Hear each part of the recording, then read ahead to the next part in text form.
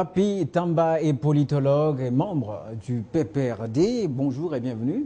Merci, bonjour. Voilà, avec nous allons parler des concertations qui sont déjà amorcées au niveau de la majorité présidentielle pour aboutir justement à ce dialogue national annoncé. Est-ce que selon vous, la démarche est celle qu'il faut? Tout naturellement. La démarche a plusieurs facettes, mais il ne faut surtout pas ici que nous puissions perdre de vue que l'initiative a déjà été prise et lancée par les chefs de l'État. Les chefs de l'État, en tant que président de la République, c'est toute une institution au sein de la République. Et le chef de l'État a aussi une famille politique. Oui. Donc, c'est-à-dire que la famille politique du chef de l'État a aussi la responsabilité de l'accompagner dans la vulgarisation et la préparation de ce qu'il peut se déposer comme acte. Et en même temps, en tant qu'institution, bon, certaines choses aussi peuvent être réglées sur le plan institutionnel. Donc la démarche est plus que logique. Oui. Alors, on a observé également on a constaté que l'UDPS s'est rétracté de cela. Est-ce que ce n'est pas déjà un accroc dans cette démarche? Vous savez, je vais vous dire la vérité, c'est que c'est plutôt l'inverse qui m'aurait étonné. L'UDPS nous a habitués à ce genre de politique. L'UDPS nous a habitués à ce genre, passez-moi l'expression, des spectacles. Oui. Mais l'État ou la nation a continué à fonctionner sans l'UDPS. Vous rappellerez que l'UDPS a répondu aux abonnés absents à plusieurs rendez-vous importants et cruciaux de l'histoire de notre pays. On a essayé un peu de les faire pratiquement la cour pour qu'ils puissent exister ou qu'ils puissent venir rejoindre les gens. Plutôt, excusez-moi, l'UDPS a fait un autre choix. Et ce choix-là, que je considère comme état de choix irresponsable, n'a pas empêché ou n'ont pas empêché à ce que la vie de la nation se poursuive. Le 30 juin 2005, à minuit, tout s'arrête. C'était la phrase du président de l'UDPS. Oui. Et rien ne s'est arrêté, la vie continue, et c'est lui qui nous a rejoints en 2016, en 2011 plutôt. Donc de la même manière qu'aujourd'hui, ils sont encore dans leurs caprices. Ça, ce sont des caprices, je vais dire, made in UDPS. Je suis persuadé qu'à un moment aussi, la raison va prendre les dessus et puis ils vont nous rejoindre. Alors, dans ce même processus, on a constaté également qu'au sein même de la majorité, il y a une sorte de cacophonie. Non, il n'y a pas de cacophonie. Oui. C'est là où nous devons essayer un peu de préciser certaines choses. Et des fois, je trouve que nous aimons dans ces pays verser dans l'amalgame, des fois inutilement. Oui. Le PPRD est aujourd'hui un parti présidentiel. C'est le plus grand parti de notre pays. Ça, c'est incontestable. Le PPRD considère le chef de l'État comme étant le fondateur de son parti, ce qui est le cas, et aussi comme l'autorité morale de ce parti. Le chef de l'État pose une action de haute envergure. Quelle est la responsabilité du PPRD? C'est de prendre ses responsabilités. Le PPRD, en tant que parti politique, peut nouer maintenant des contacts avec d'autres partis politiques. Oui. C'est comme aujourd'hui dans la scène internationale, des États peuvent avoir des rapports bilatéraux, comme aussi ils peuvent avoir des rapports sur les plans régionaux à travers certaines organisations. C'est comme ça qu'il faut comprendre maintenant la démarche du PPRD en tant que parti politique et aussi la démarche de la majorité présidentielle. La démarche de la majorité présidentielle entre maintenant dans un autre cadre. C'est que les chefs de l'État fédèrent autour de lui une grande famille politique dont le PPRD aussi fait partie, est aussi membre. Et dans ce cadre-là, il est tout à fait normal que la majorité, qui est aussi la famille du chef de l'État, puisse maintenant aussi nouer des contacts à ce niveau-là. Il n'y a aucun amalgame. Il ne faut vraiment pas oublier une chose, c'est que si le PPRD mène une action, dans l'action du PPRD, celui qui est le secrétaire général de la majorité se retrouve parce que c'est un camarade du parti. Oui. Il est du PPRD. Mais en même temps, il a la responsabilité, tout en étant membre du PPRD, de fédérer maintenant plusieurs visions qui doivent se conjuguer au sein de la majorité présidentielle où le PPRD, comme je l'ai dit tout à l'heure, fait partie. Donc ce sont des actions qui sont menées dans les mêmes buts, mais avec des démarches différentes. Alors, il n'y a pas d'amalgame. Il n'y a pas que l'UDPS qui a imposé une fin de non-recevoir à cette invitation. Il y a également l'UNC de Vital Kamerhe, qui d'ailleurs déclare que le secrétaire général de la majorité présidentielle n'a pas qualité de convoquer d'autres partis? Parce que ce n'est pas, en fait, lui, l'autorité morale de la plateforme. Mais je suis en train de vous dire ceci, ou je dois vous dire ceci, c'est que nous constatons, je dirais malheureusement, et bien malheureusement, dans les chefs de certains leaders de l'opposition, mais il peut avoir quand même raison, une parfaite incompréhension du cadre de la cohésion nationale. Nous constatons aujourd'hui, par rapport à certaines prises de position, certains pensent que la cohésion nationale doit être une table de concertation politique. Là, je dis faux. La RDC est un État démocratique qui a mis en place sa constitution, les institutions de la République et un certain ordre institutionnel qui doit être considéré comme étant tel. Maintenant, le chef de l'État constate une chose. Il constate que notre pays est aujourd'hui menacé dans son intégrité par des forces obscures et étrangères. Au lieu que les Congolais fassent bloc contre ce que je devais considérer comme étant l'ennemi commun du peuple congolais, nous constatons des fissures sur les plans internes, certes avec d'autres agendas cachés aussi, où des gens partent dans tous les sens, en tant que les pères de la nation. Alors leur souhait était que lui-même, le président de la République, les appelle et dialogue avec eux. Je suis en train de vous dire ceci, que nous sommes dans la phase préparatoire. Les chefs de l'État, lorsqu'ils lancent une action de ce genre, ils prennent une certaine initiative de ces trempes-là. Je vous ai dit que sa famille politique et même les partis politiques dont il est l'autorité morale ont une responsabilité. La responsabilité maintenant, c'est de baliser les terrains. Il ne se substitue pas au chef de l'État.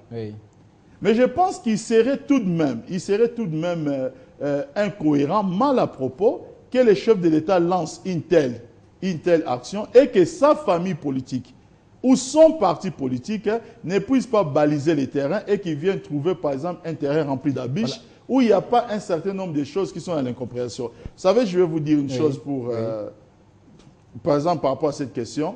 Ici, nous devons nous rappeler toujours qu'il n'est pas dialoguer en politique et criminel. Alors, justement, vous avez dit vous-même que c'est une initiative d'une trempe non négligeable. Et pendant que deux grands partis de l'opposition apparemment n'adhèrent pas, est-ce que ça devrait quand même vous gêner? Non, le problème, c'est ça ne devait pas gêner. Ça préoccupe, mais ça ne gêne pas. Ça ne gêne pas parce que dans quelle la est la vie, nuance? La nuance, c'est que dans la vie, je ne pense pas qu'on doit être comptable des caprices des gens. Vous savez, on ne doit pas être comptable, on ne doit pas être tenu comptable des caprices des gens. Ça s'en foutre? Non, on ne dit pas qu'il faut s'en foutre. Mais lorsqu'on est dans la bonne direction et qu'on essaie d'impulser quelque chose qui est bon, lorsqu'en face de soi, on a des capriciers, on essaiera de les convaincre. Alors, lorsque le partenaire estime que la démarche n'est pas bonne, est-ce que ce n'est pas la peine de faire des concessions, de se plier? Non, ça dit, si nous voyons les choses de cette manière, c'est comme si nous voulons maintenant laisser libre cours à certains partis politiques. À certains partis politiques de prendre la République comme étant en otage. C'est-à-dire, aujourd'hui, je ne pense pas que lorsque nous parlons de toutes les familles politiques qui vont au-delà de la seule majorité présidentielle, qu'il n'y a que l'IDPS et l'INC qui puissent les incarner, ça serait prendre la République en otage. Déjà, pendant la campagne présidentielle, les deux candidats de ces deux partis, c'est-à-dire Tshisekedi Moulumba Etienne et puis Kamer Elwakadingi Vital, ils n'ont pas pu empêcher aux autres candidats de l'opposition de pouvoir se représenter. C'est que cette opposition-ci avait besoin d'exister et ma foi, même s'ils n'ont pas eu des grands scores, ils ont eu des scores. Donc aujourd'hui, nous ne devons pas maintenant donner l'occasion ni à Tshisekedi Moulumba Etienne, ni à Kamer Elwakadingi Vital de prendre la République en otage. Alors, comme en famille, il y a des enfants capricieux, mais le père doit quand même répondre à leurs besoins. Mais attendez, mais le but est là. C'est-à-dire, le message en lui-même suffit. Les messages en lui-même suffit, les messages lancés par les chefs de l'État, suffit en lui-même maintenant pour que les gens comprennent l'importance. Vous savez, nous parlons de la cohésion nationale. Aujourd'hui, vous allez trouver des gens qui disent avoir des dissensions et vous leur dites, écoutez, trouvons un cadre où nous devons nous entendre pour qu'il y ait une cohésion nationale. Des gens refusent. Maintenant, posez-vous un peu la question, qu'est-ce qu'il y a mieux à faire que de lancer l'idée de la cohésion nationale? Moi, je pense que si des gens ont des choses à dire. Moi, je pense que si des gens ont des choses à revendiquer, le cadre leur est offert. Ce n'est pas un cadre extra-constitutionnel, c'est un schéma qui doit respecter l'ordre institutionnel. Mais au moins, néanmoins, ils ont perdu aux élections, ils ne sont pas aux commandes, mais ils sont des Congolais. Ils ont des choses peut-être à proposer. C'est pour que maintenant nous puissions de plus en plus fédérer des choses dans notre pays en vue d'une cohésion nationale qui va faire que maintenant, à l'extérieur, lorsque les gens regardent les Grands Congo, qui se disent au moins en matière de tout ce qui touche leur souveraineté, leur développement, son gens sont unis. Et maintenant qu'ils semblent ne pas être d'accord, vous allez laisser courir ou... On ne dit pas qu'on va laisser courir. On reste confiant dans la vie que les capricieux finissent par changer de camp lorsqu'ils se rendent compte que leurs caprices sont inutiles. Donc nous sommes toujours confiants, bien entendu. À ce que je sache, il y a quelqu'un qui a posé des conditions pour dire qu'il aimerait bien soit directement avec les chefs de l'État et que tout le travail de balisage fait par des responsables de renom qui occupent des responsabilités. Mais vous avez bien parlé des caméras et le running digital. Justement, oui. Donc voilà. Ils posent ça en termes de préalable. Bon, nous sommes en politique. Ce sont des capriciers. Et c'est pour autant dire qu'on va lui fermer la porte. Non. On va continuer à voir dans quelle mesure ils comprennent. Maintenant, si à la fin, il ne comprend pas. Vous savez, je vais vous dire une chose. Oui. Même le Christ dans la Bible, il avait dit, il faut laisser les morts enterrer leurs morts. Donc ça veut dire qu'après avoir fourni tous les efforts nécessaires, après avoir dégagé toute l'énergie nécessaire pour poser une action qui est positive, qui est aux bons auspices d'un peuple, lorsqu'à la fin, malgré tout, des gens veulent rester cramponnés dans leur position, la nation va continuer sans eux. C'est ce que je suis en train de vous dire. Nous avons des cas dans ces pays où en 2006, quelqu'un comme Tshisekedi Étienne, il a fait le choix de ne pas se représenter, il a pensé bloquer les institutions. C'est qu'a pris 5 ans après et s'était estompé toute seule pour que maintenant qu'il puisse se rendre à l'évidence qu'il devait se présenter comme candidat. Alors, est-ce que nous sommes en train de nous acheminer vers un schéma comme en 2002, hein, avec le 1+4, une chose du genre transitoire? Non, non, non. Je vais dire non et non. Je ne pense pas que les Congolais aujourd'hui soient en mesure d'accepter encore une telle situation. Mais l'opposition dit que c'est bien ça qui est dans la mentalité de la majorité. Je suis en train de vous dire... Pour justement saisir de cette occasion en vue de modifier la Constitution.